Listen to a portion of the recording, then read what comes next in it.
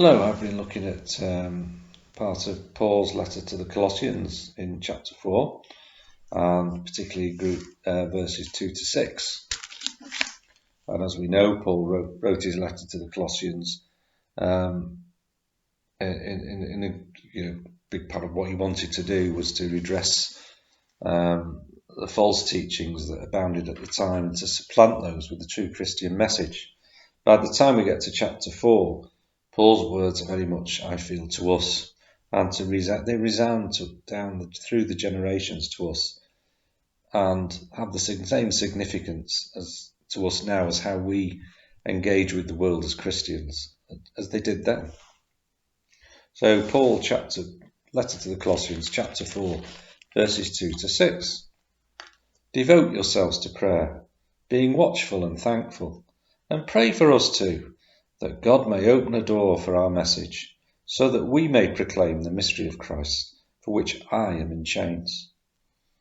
Pray that I may proclaim it clearly as I should. Be wise in the way you act towards outsiders. Make the most of every opportunity. Let your conversation be always full of grace, seasoned with salt, so that you may know how to answer everyone. So I find, although it's quite a short passage, particularly in verses 5 to 6, there's so much there.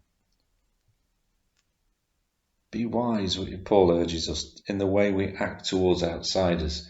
He's almost urging us to be pragmatic,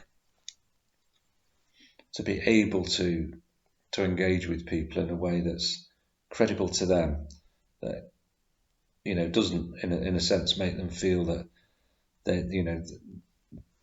this is something that's different to anything that they could ever relate to.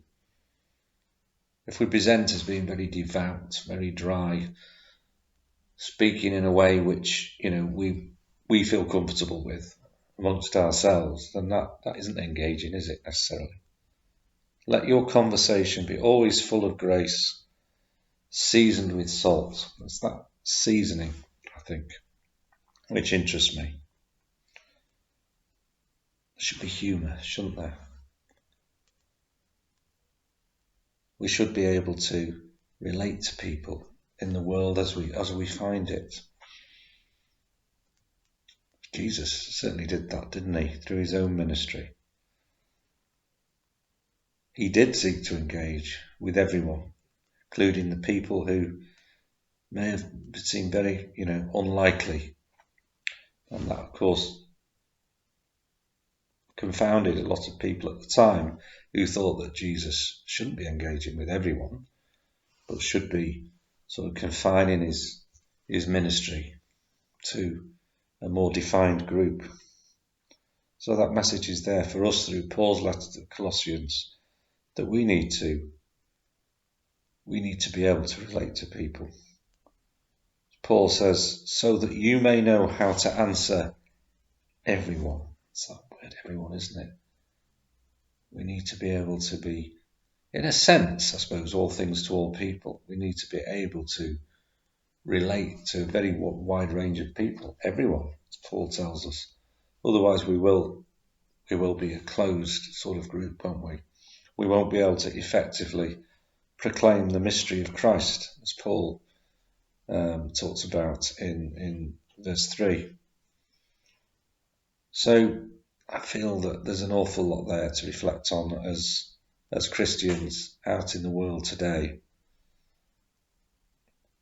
And that the message is a pragmatic one, I think, in many ways, from Paul here, about how we do that. Be wise in the way you act towards outsiders. Let your conversation be full of grace, seasoned with salt, so that you may know how to answer everyone. So there we are. Some words from Paul are significant to us today, as they were all those generations ago. Thank you.